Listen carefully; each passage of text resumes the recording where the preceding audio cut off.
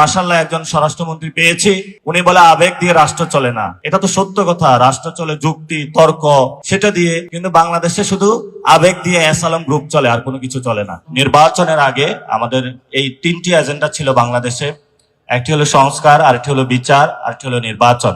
তো আমরা যখন সংস্কারের কথা বলতাম মাথা তুলেই বলতে হলো নির্বাচন, যদি বলতাম যে বিচার মাথা তুলেই বলতে হলো নির্বাচন।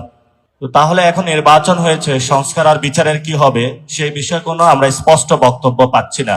সংস্কার প্রক্রিয়া কনসেনসাস কমিশনে ছিল, সেখানে আমরা সবাই সাইন করেছি ঐক্যবদ্ধভাবে, সবাই রাজি হয়েছি।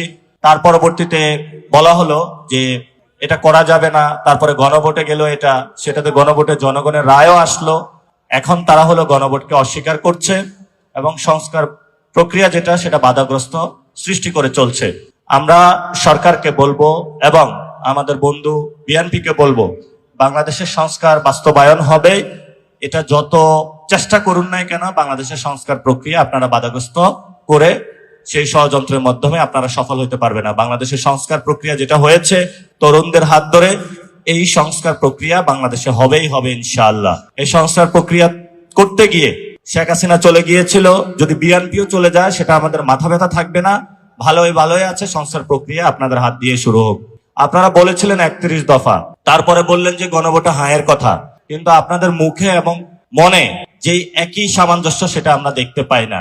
আপনি বাংলাদেশে নামে বললেন যে শহীদ উসমান হাদি ভাইয়ের হত্যাকাণ্ডের বিচার আপনি করবেন, আপনি প্রধানমন্ত্রী হয়েছেন ইঞ্জিনিয়ারিং করে, যেভাবে হোক না কেন, এখন কিন্তু আপনি শহীদ উসমান হাদি ভাইয়ের হত্যাকাণ্ডের যে বিচার রয়েছে সেই বিষয়ে কোনো স্পষ্ট আমরা কোনো বক্তব্য পাচ্ছি না।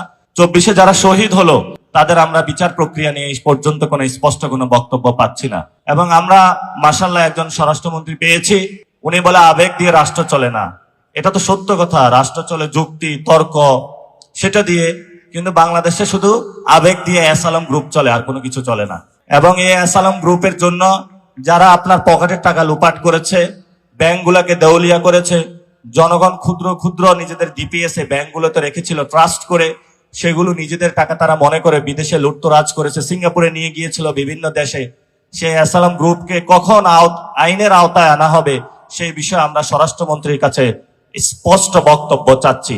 শুধু অ্যাসালাম গ্রুপ নয়, এরকম অনেক লুটতরাজ গ্রুপ করেছে যারা বাংলাদেশে